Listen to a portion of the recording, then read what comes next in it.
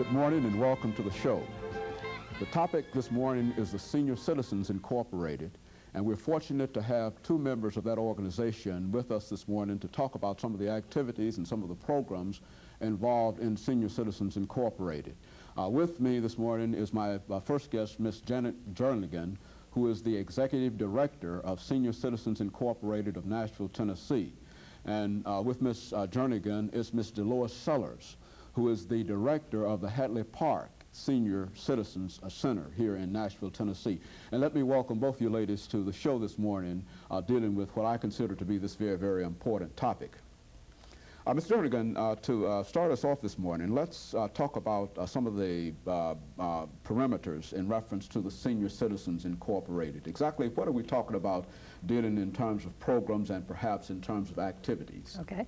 Actually, this year is the 35th anniversary of Senior Citizens Incorporated, and there's a need now in the community that's growing tremendously for our services. We've had a very successful, long history. As you may know, 2/3 of the people who've ever lived to be over the age of 65 in the entire history of the world are alive today. And so that means that there's a tremendous need for the services we provide in the community. We serve senior adults and their families through 4 main centers: Hadley Park, where DSellers is the director. We also have a small center in Williamson County in the College Grove community. We have a very large center out in the Donaldson area. And then our first center was the J.B. Knowles Senior Center on Broadway.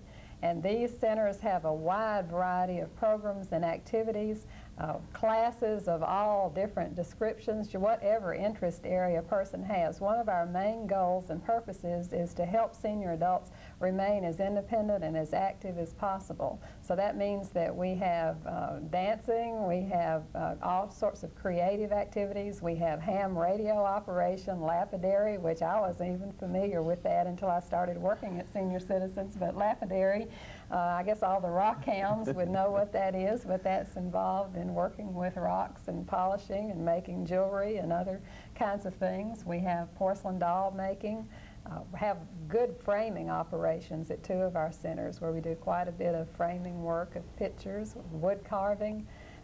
In addition to the classes and activities for very active senior adults, we have a broad range of services for people who may be more frail, or even seniors who are homebound and their families. We're involved through the United Way in the Living at Home Coalition, where we have a group of 6 agencies in town who provide services to 700 senior adults to allow them to be able to remain living in their own home. What we do there, we send in a social worker or case manager to determine what that person really needs to be able to remain independent, to prevent them from having to be in a nursing home, which we find is the thing that seniors seem to fear most. And once we determine what that person will need, then we recruit volunteers from the community to go in and help with errands or with personal care. Maybe they need a home-delivered meal, or maybe they need a group of people, such as recently we had a group from UPS who came out as part of United Way's Corporate Volunteer Day, where they went to a woman's yard who needed all kinds of yard work to just completely clean up her area so that she would not be evicted from her home. Very good. Of course, Ms. Sellers, now you're the director of one of the 4 centers that Ms. Jernigan spoke of, and that's the Hadley Park Center. Right. Why don't you give us a short history of the Hadley Park Center, and then we'll go back to Ms. Jernigan to give us some information relative to the programs and the activities that the 2 of you are involved in. Hadley Park Senior Center is approximately 6 years old, and it came about through a branch program of Senior Citizens Incorporated, which meant that there was a senior group who met at Hadley Park Community Building 1 day a week. It was some extensive renovation done at the community building, and through a mutual agreement with Metro Parks and Senior Citizens Incorporated, a 5-day-a-week center emerged there for seniors. We are serving the northwest Nashville area for seniors, persons 55 and older. We offer a variety of programs and services. We offer health programs, health screenings, travel program, education program, arts and crafts, recreation, physical fitness. We offer two types of physical fitness program. One that I think is quite unique. We have seniors come in 1 day a week and do tap dancing as a form of exercise, and then we have low pack exercise on another day, 1 day a week. Some of the services that we find most beneficial is the health programs and services.